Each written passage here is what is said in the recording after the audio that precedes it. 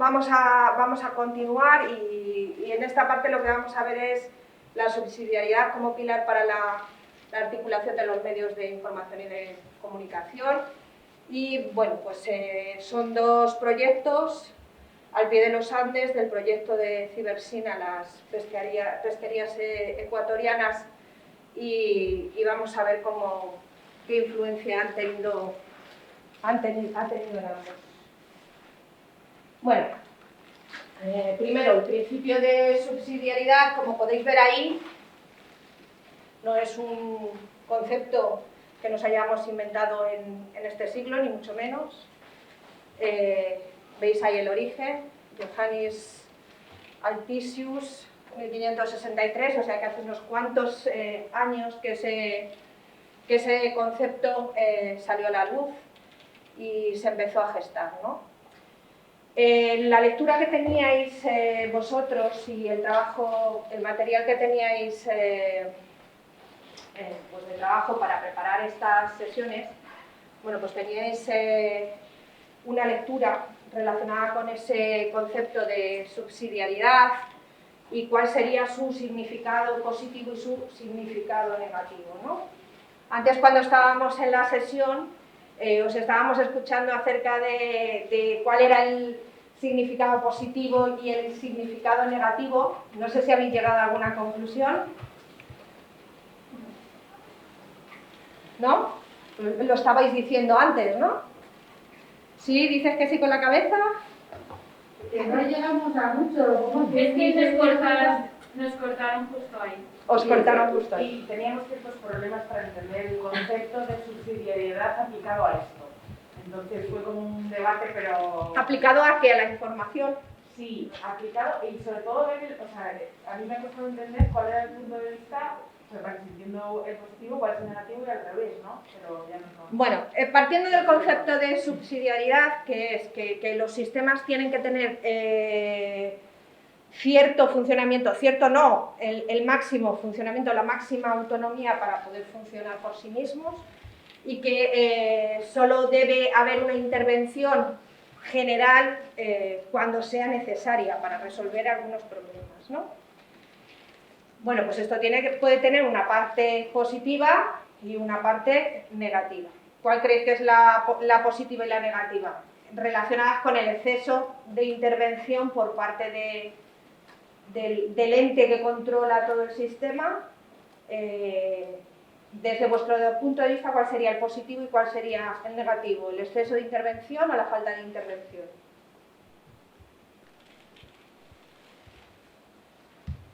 El exceso de intervención sí no es justificado por la falta de medios de las partes más inferiores. Bueno, en la actualidad, en los sistemas capitalistas, lo que se tiende es a que el Estado, hablamos en términos políticos y sociales, ¿no?, intervenga o deje de intervenir siempre al máximo posible para que bueno, pues el sistema se pueda aprovechar de esa circunstancia y aprovechar todos los recursos al máximo. Y en algunos casos sí se debería de intervenir para solucionar determinados problemas que se quedan sin solución o que otros agentes aprovechan esas carencias para aprovecharlas en su beneficio. El positivo sería pues realmente que cuando hay que intervenir se resuelvan absolutamente todos los problemas y todas las carencias que haya en el sistema cuando se deba intervenir. Ni más ni menos. ¿De acuerdo? No sé si con eso os ha quedado más o menos claro el concepto. Creo que me he ido hacia atrás en vez de hacia adelante.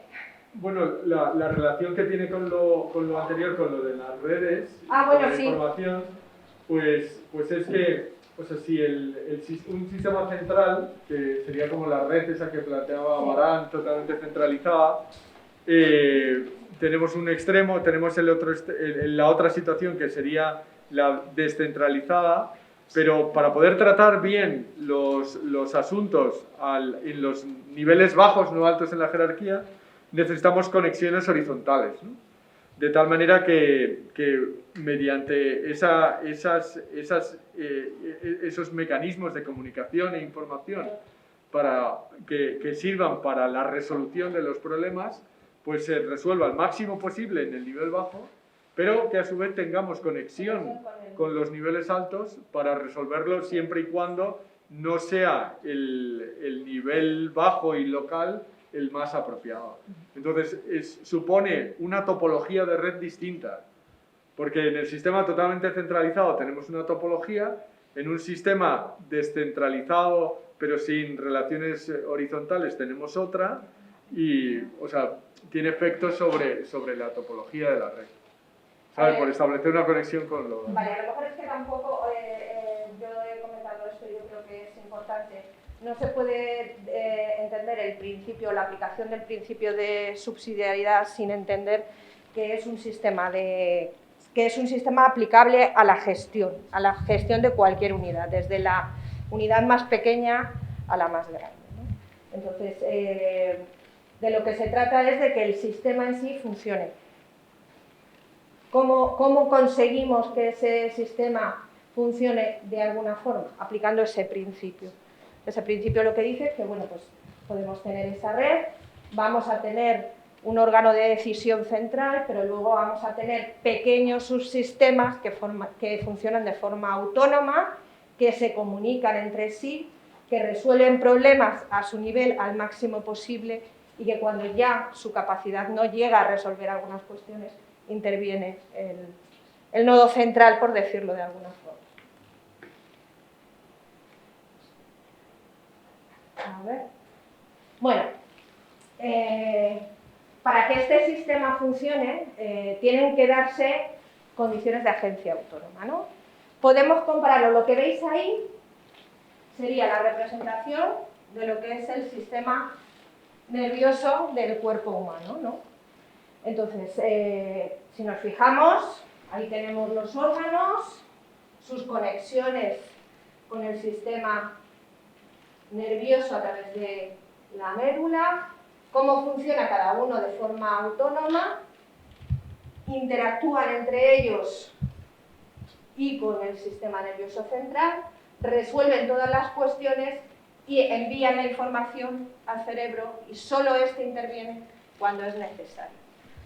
¿De acuerdo? Gestiona toda esa información e interviene cuando ya no se pueden resolver todas las cuestiones de forma individual. ¿Qué sucede si el cerebro interviene en exceso o no interviene? Pues que el cuerpo enferma. ¿De acuerdo? Cuando los sistemas no son capaces de solucionar sus problemas y el cerebro interviene, todo vuelve a funcionar. Si no se produce esa intervención, se producen fallos. ¿De acuerdo? Igual que si interviene en exceso. Bueno, ahí tenéis sistema 1, músculos y órganos, para que entendáis un poco, pues serían las partes que hacen algo, partes operativas, las actividades básicas. Sistema 2, pues el sistema nervioso simpático, ¿no? Monitorea los músculos, los órganos, garantiza las interacciones. Sistema 3, la base del encéfalo. Bueno, pues supervisa el complejo de los músculos, los órganos y optimiza el entorno interior. Sistema 4, cerebro medio, conexión con el mundo exterior a través de los sentidos. Y luego estaría el sistema 5, las funciones cerebrales superiores, ¿no? Que es la que toma las decisiones políticas, ¿vale? Valora, establece las reglas del juego. Todos esos sistemas en sí funcionan de forma autónoma, pero en algunas circunstancias necesitan de la coordinación de cerebro, en ese caso.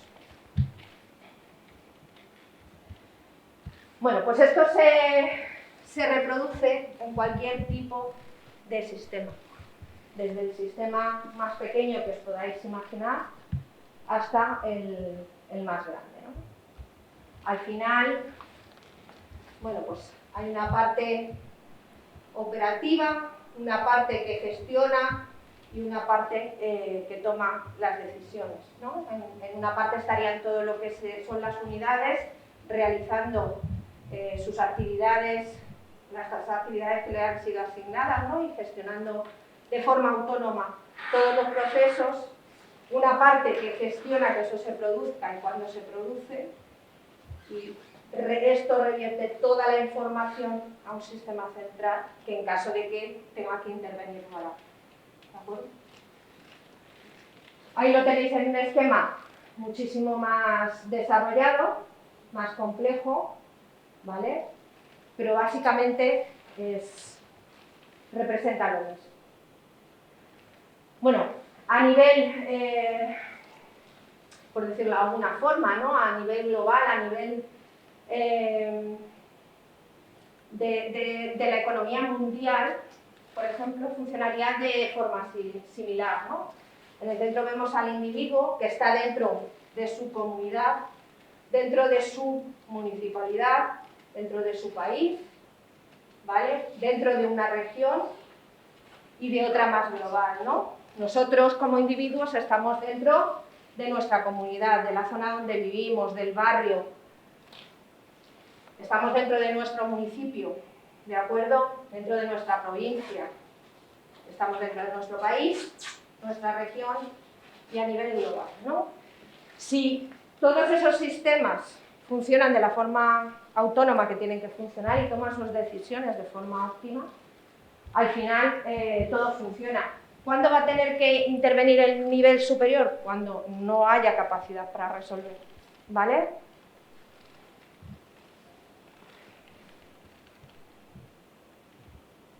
Bueno, ahí tenéis, esto es un experto, José María, que es el que ha preparado la presentación y nos ha puesto ahí la ley de Ashby, de la variedad requerida.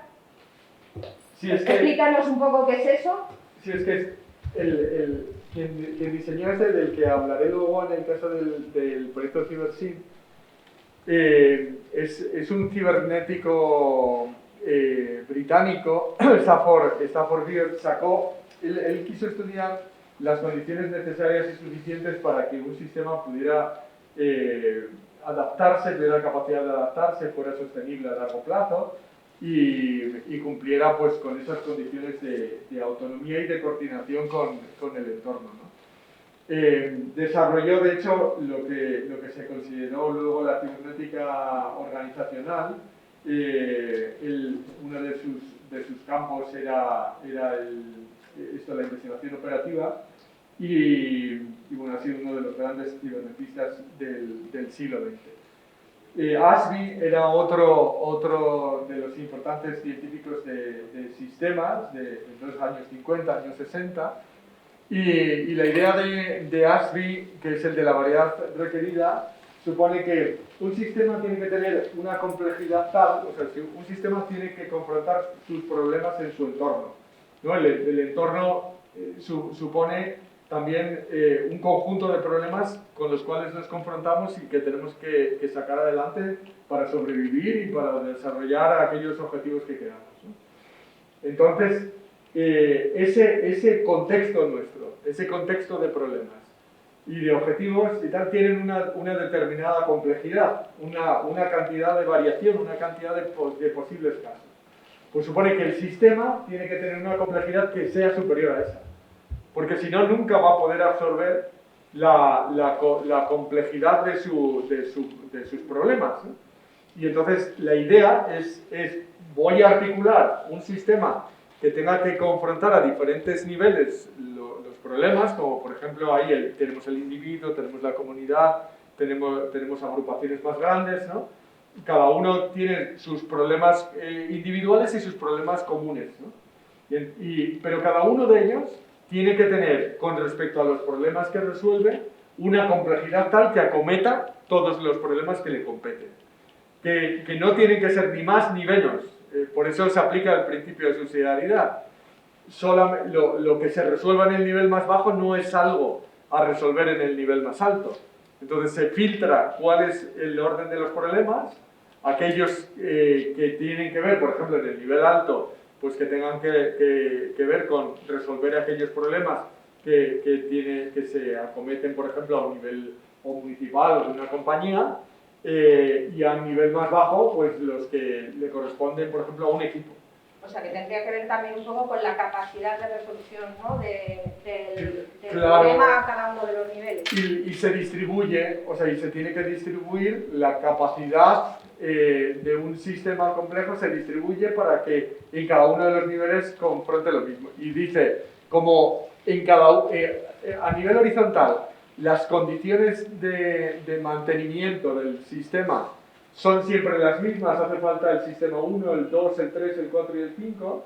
Uno es para planificar a largo plazo, otro es para hacer la gestión en el aquí y el ahora, otro es para mantener la identidad. Como en todos nos hace falta lo mismo, pues entonces se representa recursivamente el mismo sistema fractal. ¿No veis cómo ahí tenéis como si aumentamos, veríamos siempre lo mismo? Son sistemas que están anidados. Esto es una representación de lo mismo. El sistema 1, aquí estarían todos los sistemas operativos, cada uno de ellos, los que funcionan autónomamente, ¿vale? Con todos sus... Estos serían los indicadores de desempeño, porque también hay que vigilar que las cosas se estén haciendo como tienen que hacerse, con la regulación, con las normas específicas que tiene que seguir cada uno de ellos. Hay un sistema en el que se concentra toda la gestión de todos esos sistemas, la coordinación, los tiempos, las actividades que tiene que realizar cada uno de ellos, ¿de acuerdo? Y eso revierte luego en el sistema central, en el que pues revierte toda la información, todos los problemas, si se han resuelto o no se han resuelto, y si hay que intervenir o no hay que intervenir en cada caso. Lo del sistema fractal yo creo que es lo que viene a continuación, ¿no? No, era lo anterior. O bueno, aquí también se ve. Sí, es la reproducción de la misma estructura. El sistema fractal lo que dice es que al final esta estructura se repite continuamente, se va replicando continuamente. Además es un Mandelbrot, es sí, descubrió el que descubrió sí, hoy de hoy el concepto de sistema fractal, y bueno, es relativamente reciente, ¿no? De 1975, una cosa así, yo creo. Bueno, proyecto CiberSyn. 1970, Allende gana las elecciones con un margen del 1,3%, una mayoría muy pequeña, y se emprende un proyecto, y se inicia un proceso de nacionalización y colectivización de la economía industrial en el país, y vamos a ver en qué consiste, ¿no? Dice, los cambios provocaron aumentos en la producción, en el PIB, en los salarios, en la inflación, y al final esta es la que no habías... ¿Se te ha olvidado eso? No, pues sí lo tenía, pero he debido copiarlo mal porque sí que Bueno, lo que se trató en este proyecto en CiberSyn es se trató de aplicar el concepto de cibersubsidiariedad, ¿no? a una cuestión muy concreta dentro de... Si quieres esto lo cuento yo. Sí, es tu fuerte. Es que, sí, sobre todo además es que se han borrado... Es que además lo he escrito como 2 veces en español. No sé, y ya no sé qué ha pasado. A lo mejor es por la versión. No ha desaparecido. Bueno, el caso es que Allende quería cometer eso, ¿no? Estamos en esos años 70 y entonces en un principio hacen estos cambios que querían aumentar la producción, mejorar las condiciones que en muchos sentidos pues tenían las mismas limitaciones que en otros países de América Latina. Entonces aumenta el PIB, aumentan los salarios, aumenta la producción, pero se empiezan a producir a la vez un proceso. En el primer año no ocurre, pero en el segundo año la inflación fue tremenda y enseguida los distribuidores dejaron, como ha ocurrido también en Venezuela, y empezaron a aparecer procesos, bueno, dejaron de distribuir, y entonces empezaron a aparecer problemas de escasez. Se trataron de hacer ajustes macroeconómicos de estilo clásico, y no había manera de resolverlo. Se aumentaba por un lado, se estropeaba por otro lado. Se trataban de ajustar microeconómicamente, pero entonces aparecían problemas de organización interna. Había problemas también, pues que son también bastante clásicos en América Latina, en otros muchos sitios, ¿no? Con mucha corrupción, unos gastos de gestión muy altos, y entonces no conseguían que las empresas nacionalizadas funcionaran, ¿no? A ver, si además es que eso era la representación de los ajustes estos macroeconómicos, ¿no? Que Sí. dándole vueltas y tal, y entonces aquello pues tenía todos los visos de que iba a estallar, ¿no? Entonces Fernando Flores, que a la sazón fue ministro de Economía, pues ideó un modelo cibernético. Él era cibernético. Ha habido una escuela de teoría de sistemas y de cibernéticos muy buena en Chile. De hecho, Varela y Maturana son uno de los mejores cibernetistas del siglo XX. Eran chilenos, ¿no? Y entonces él mismo, que conocía toda la obra de Stafford Beer, era también discípulo de Stafford Beer, pues plantea el realizar una gestión cibernética aplicando el modelo de sistema viable, que es lo que ha explicado Manuela antes, y entonces llama a Stafford Beer, ¿no? Para que le ayude. Él lo había aplicado a la siderurgia y a otros proyectos, y entonces en la Corporación de Fomento de la Producción, Corfo, que conjugaba todas las industrias nacionalizadas, pues planificaron el incorporarlo, ese control cibernético, con objeto de tener un coste bajo, y se plantean la reproducción del sistema, que consta de 4 proyectos, ¿no? Uno era el de Cibernet, que también es muy interesante, porque los medios que había entonces eran muy poquitos en Chile, y la contaban con una red de telex. Se les ocurre utilizar la red de telex. ¿Sabéis lo que son los telex? Eso se utilizaban en los periódicos, eran como máquinas de escribir, porque escribían a distancia, escribían lo que mandaban las agencias noticieras, una especie de máquinas actuadas a distancia, y que por lo tanto transmitían datos, ¿no? Entonces, como mecanismo de transmisión de datos, dijeron, vamos a organizar todos estos telex, porque ya tenemos las comunicaciones.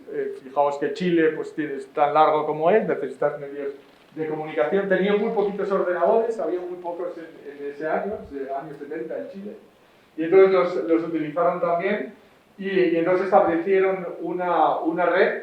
La idea, que a Allende no le gustó del todo, porque le parecía, según le plantearon, que eso iba en contra de su idea de la libertad individual, de que el socialismo, su idea de socialismo, se tenía que fundar en que tienes individuos que quieren realizar y que son libres y querían desarrollar una verdadera democracia. No le gustaba, y entonces, de hecho, le ponían muchas pegas, ¿no? Y durante mucho tiempo, conozco a algunos de los que estuvieron desarrollando el proyecto, decían que trataban de explicarlo, ¿no? Dice, porque en realidad está muy acotado a la observación externa, de cumplimiento de las cosas que estaba contando Manuela, de cumplimiento de algunos objetivos, de resultados por cada uno de los negocios, y sin embargo no entraba en observar toda aquella información o toda aquella actividad que pudiera ser organizada, por ejemplo, por un equipo o por un departamento, o sea, todo lo que se organizaba a nivel interno, eso no fluía hacia arriba. Algo de lo que aparecía antes del sistema de filtrado es que solamente emerge, solamente sube a los niveles superiores aquella información que es relevante para la resolución de los problemas. Todo lo demás queda abajo. O sea, hay una reducción drástica de la cantidad de información que hace falta lidiar y que hace falta transmitir, porque todo se queda en la parte más abajo posible. CyberStrike era otro, que era el desarrollo del software para hacer esos filtrados concretos, de hacer que la información relevante llegue a los niveles oportunos y se extraiga la información que es relevante, que en eso es en lo que estamos trabajando con Manuela en uno de los proyectos. actuales. Checo es uno de los proyectos que no se llegó a concluir del todo, pero desarrollaron los modelos matemáticos y estadísticos, o sea, estuvo como a modo de prototipo. Es una abreviatura de Chilean Economy, de la economía chilena, y desarrollaron una serie de modelos que servía para hacer una predicción del comportamiento de la economía, de tal manera que se pudiera ver qué es lo que va a ocurrir si se producen estos o aquellos cambios, ¿no? De tal manera que inclusive antes de que se produjeran se pudieran hacer algunas predicciones. Este tipo de modelos, si bien ellos aquí no lo realizaron, tengo unos colegas austriacos y suizos que han aplicado también el modelo. Bueno, en realidad el modelo del sistema viable está muy utilizado en muchos sitios, y este tipo de modelos se han implementado y funciona muy bien para poder tomar decisiones con antelación.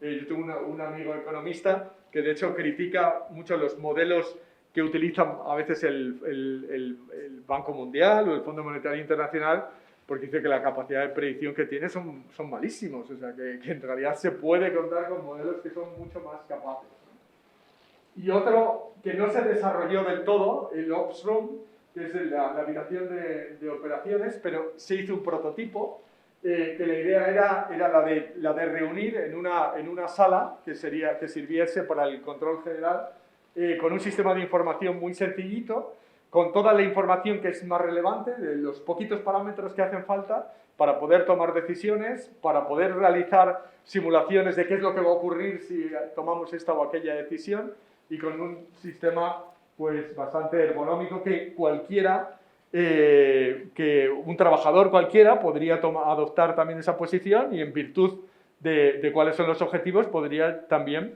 tomar decisiones, ¿no? Este, como veis, es el esquema.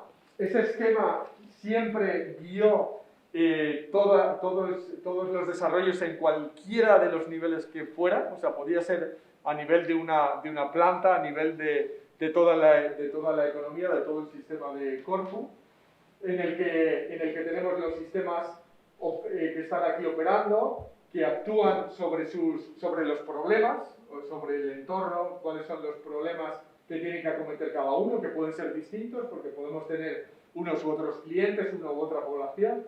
Tenemos aquí como la columna vertebral de la información que sube, que conecta con el sistema 3, que es el que hace una gestión del entorno interior, haciendo un reparto de aquello que necesita coordinarse, porque no hay que olvidar que esto siempre es un sistema viable, y por lo tanto, como sistema viable, trata de utilizar toda la información él mismo y resolver sus problemas. Solamente pasa aquello que necesita bien coordinar con otro, que en ese caso lo hace de forma directa, y esto hace una planificación, y después esto es lo que mantiene la identidad de aquello que queremos hacer o aquello que no queremos hacer, o las decisiones últimas, ¿no?, en las que hay que tomar pues, una decisión de política general, ¿no? Esa es la OpsRoom, y si veis, antes os ponía un esquema que se encontraba a nivel de departamento, y ese es el esquema que se encuentra para todo Corfu, donde aquí está Checo, supuestamente Checo, porque aquí hacía la planificación de la economía chilena para la toma de decisiones, ¿eh? Y esta es la sala de operaciones, ¿eh? La historia, además, tiene sus intrígonis interesantes, ¿no? Yo creo que en el artículo también lo habéis visto, por la famosa huelga de transportes, ¿no? ¿Sabéis lo de la huelga de transportes? Que precisamente por esa estrecha mayoría que tenía, consideraban que podían hacer que cayera el régimen, y entonces pues hubo como varios actos casi de sabotaje. Ahora mismo están desclasificados los documentos, y la CIA ayudó con una cantidad de millones de dólares importantes que tenía la finalidad de financiar la huelga de transportes, en el que hubo decenas de miles de transportistas, de tal manera que camiones prácticamente no quedó ninguno, para poder organizar todo el país, cuando querían asegurarse de que el sistema de distribución de aquello que era esencial pues quedara distribuido, pues veían, si nos quitamos los camiones en un país que tiene 4.000, 5.000 kilómetros desde un extremo hasta el otro, pues nos lo hemos cargado y preveían que Santiago de Chile no aguantaría mucho, posiblemente en una semana o 10 días. Y entonces los del proyecto, Fernando Flores y un colega que ahora vive en Inglaterra, que es chileno, pues estos empezaron a meterle prisa, dijeron no, tenemos que correr, les faltaba, calculaban haber terminado un año más tarde, pero dijeron esta es nuestra oportunidad para ver si realmente podemos resolver un conflicto real, ¿no? Aunque sea demasiado pronto. Entonces corrieron y al cabo de una semana dijeron en Santiago de Chile que los almacenes, a pesar de no recuerdo bien cuánto era la cantidad de transportistas, si 40.000 y leales solamente quedaron unos poquitos, pues dijeron que no habían estado tan bien abastecidos desde hacía no sabían cuánto tiempo, o sea, que tenían de todo lo esencial. Pasado un tiempo, el dinero se les acabó a la CIA, de lo que habían aprobado en discusiones en la administración norteamericana, y entonces cortaron eso. Luego decidieron el financiar las bombas de Pinochet, con lo cual el resultado fue todavía más catastrófico, ¿no? Pero lo interesante es que funcionó. Y articularon todavía mejor el sistema. En otro intento posterior todavía el sistema estaba más engrasado y finalmente pues el 11 de septiembre, que yo la primera vez que escribí sobre esto fue porque en un artículo que escribía sobre seguridad me dijeron, claro, ¿cómo no hablas del 11 de septiembre? Con todo esto que estás diciendo de sistemas de información y seguridad y tal. Y entonces le añadí todo un capítulo sobre el 11 de septiembre, que es cuando fueron las bombas de Pinochet. Y dije, pues sí, es verdad, es muy relevante y tal, y es del único 11 de septiembre del que hablé. Y entonces, bueno, este es el sistema en su conjunto, donde se ven los niveles que estaban contemplados.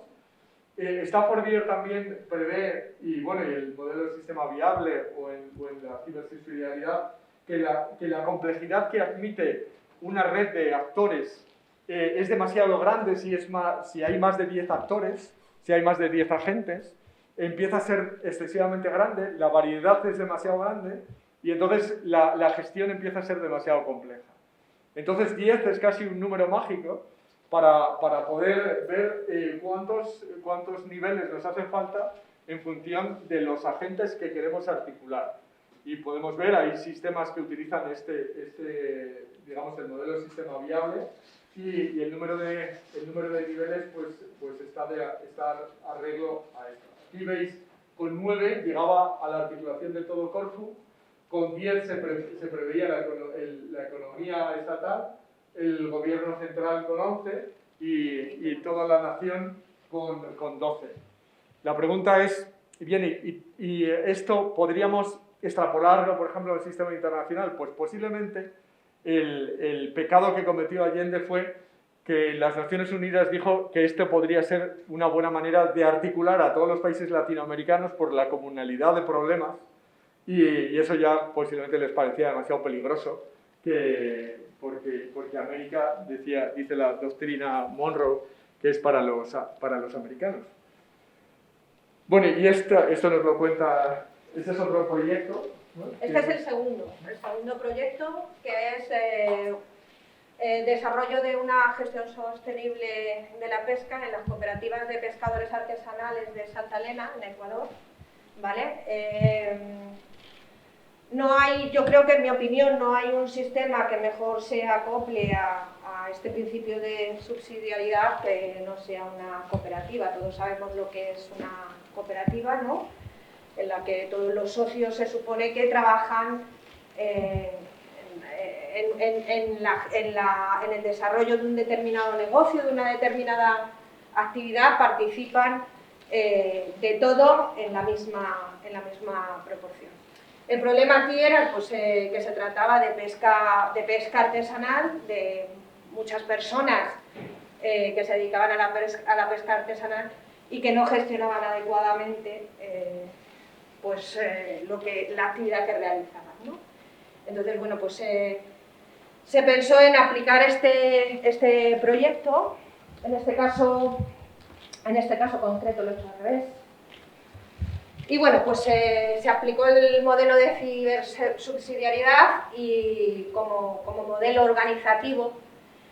Y bueno, veis que se vuelve a replicar el mismo sistema que hemos estado viendo todo el tiempo de los diferentes sistemas. En este caso, cada unidad será cada pescador en sí, ¿no? Ellos tendrán que desenvolverse y solucionar sus propios problemas, atendiendo pues, a unas reglas preestablecidas, y todo eso habrá que gestionarlo y dará lugar, bueno, pues a tener que tomar o no tener que tomar decisiones y ver cómo se va evolucionando, ¿no? ¿Cómo lo hicieron? A través de unas aplicaciones que lo que hacían era proporcionar información de la actividad que iban realizando, ¿no?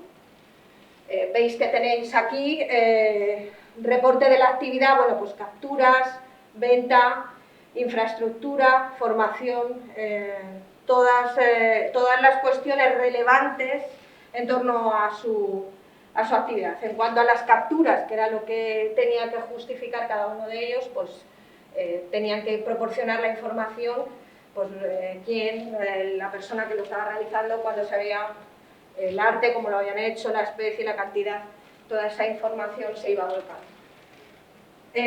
Se volcaba en un sistema general que permitía realizar una gestión global de la cooperativa en sí.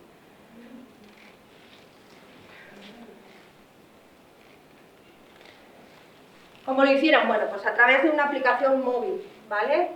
Que era la que registraban cada uno de los pescadores, con todos esos datos que hemos visto ahí. Esa información se reportaba en un sistema global y dice las ideas que subyacen son poner en las manos de la cooperativa la información que permita resolver los problemas, pues si hay un exceso de pesca, si no se está utilizando los medios adecuados, si necesitan alguna cosa, y se permitir la cooperación entre la cogestión del medio marino. Bueno, yo creo que es un buen momento para que continuemos y hagáis las preguntas que vosotros consideréis importantes, dudas que os hayan quedado, cosas que podamos aportar. Las preguntas las terminamos, ¿no? No. ¿Qué nos quedaba? Quedan varias cosas.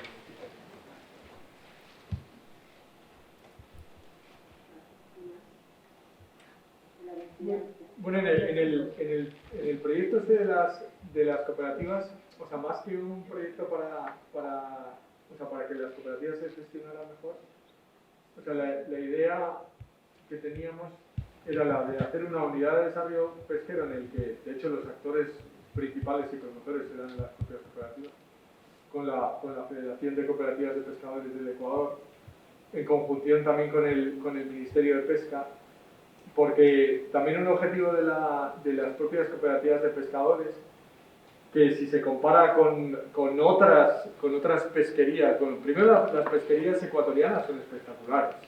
Bueno, de toda esa zona, es una de las mejores zonas del mundo de pesca.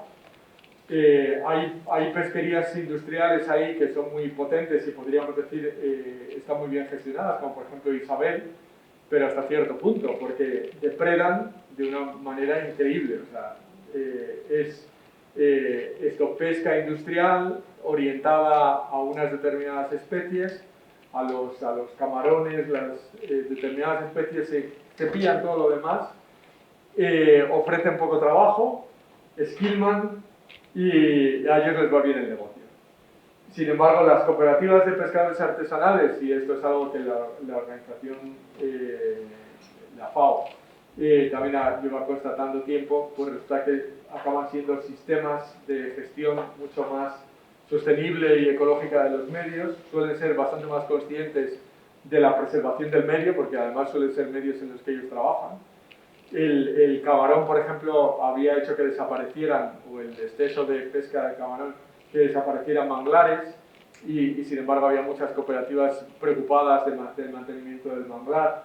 Entonces eso mediante la articulación también de toda la información que se extrae, se utilizaba también para hacer un modelado de todo el sistema, del ecosistema, para hacer predicciones también a largo plazo, porque había gente participando que eran biólogos, eran gente, o sea, que modelaban economía, modelaban el medio ambiente marino y tal, para poder hacer una predicción de si ahora pescamos tanto, pues esto va a tener tanta repercusión dentro de 10 años y tal. O sea, hacer una planificación, una gestión inteligente, ¿no?, del medio marino. Esa es la idea. Bueno, ¿cuál era la otra pregunta? La pregunta siguiente que teníamos ahí sobre la subsidiariedad. ¿En qué se diferencia la subsidiariedad? No, vamos por qué caracteriza el capitalismo de la vigilancia descrito por Zuboff. ¿De corte? ¿Cómo? Descrito por Zuboff. Ah, Zuboff. Ah, ya. Yo saqué textualmente de la lectura que es exageradamente antidemocrático. O sea, que va en contra de los valores democráticos que los estados intentan defender hoy en día. ¿Y a vosotros qué os parece? ¿Nosotros? Mm. Vale. Que, bueno, pusimos que se diferencia del capitalismo industrial porque ya no hablamos de recursos, sino hablamos de exprimir la naturaleza humana creando una crisis del pensamiento crítico. ¿Una? Crisis del pensamiento crítico.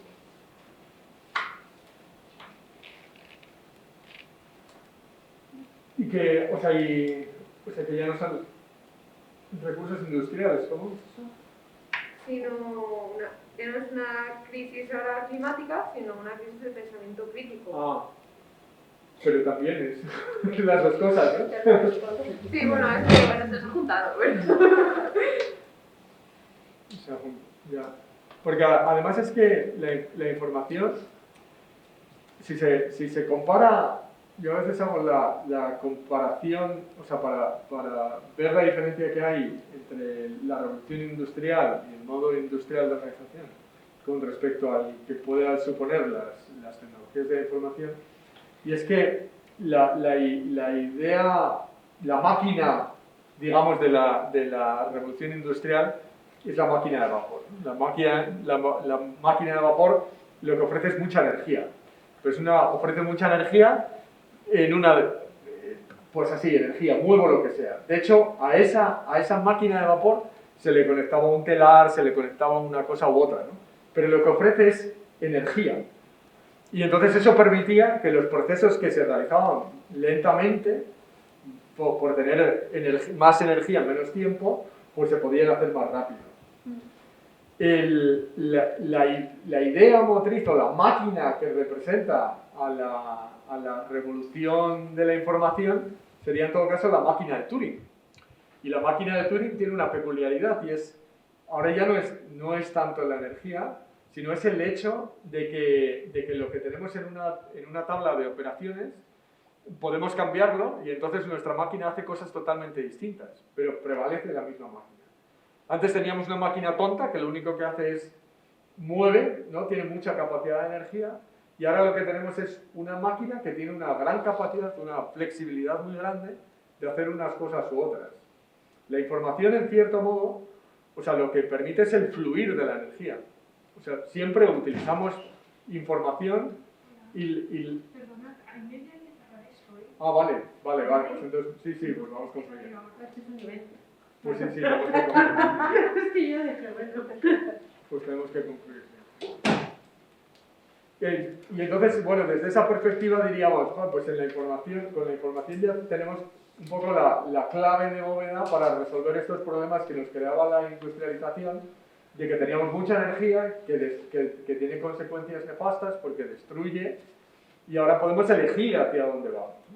Pero aún así tenemos como a la vez los dos sistemas y ahora mismo tenemos estos gigantes ¿no? industriales o de esta nueva, de este capitalismo de la vigilancia, que antes criticábamos, ¿no? Los dinosaurios de la industria, y estos son dinosaurios, ¿no? Lo que decía antes Enrique, ¿no? De que caray, ¿qué tenemos más esencial? ¿Quién dijo al principio lo de que la red, tú decías, lo de que la red es intangible? Eso que es lo que nos liga a los demás, lo que nos permite relacionarnos con los demás, con lo que nos comunicamos, ¿no? que es mucho más que la materialidad de, por ejemplo, una conexión telefónica o un cable o lo que sea. Es lo que me vincula. Pues ese vínculo, que es lo que nos hace ser comunidad, lo que nos hace pertenecer a una familia, a un grupo, a una nación, a una comunidad, pues está en manos de alguien, ¿no? ¿Se va a copiar en la presentación? Sí, no, eso luego lo ponemos no, y en la web de Include. Lo ponemos en la web de Include, igual que los vídeos. Bueno, pues por lo demás, como ya tenemos muchas gracias. Cuenta. No. Ya me ha pasado 2 veces con el movimiento de manos, que creo que es una intervención. Bueno, ha sido un placer compartir esta tarde.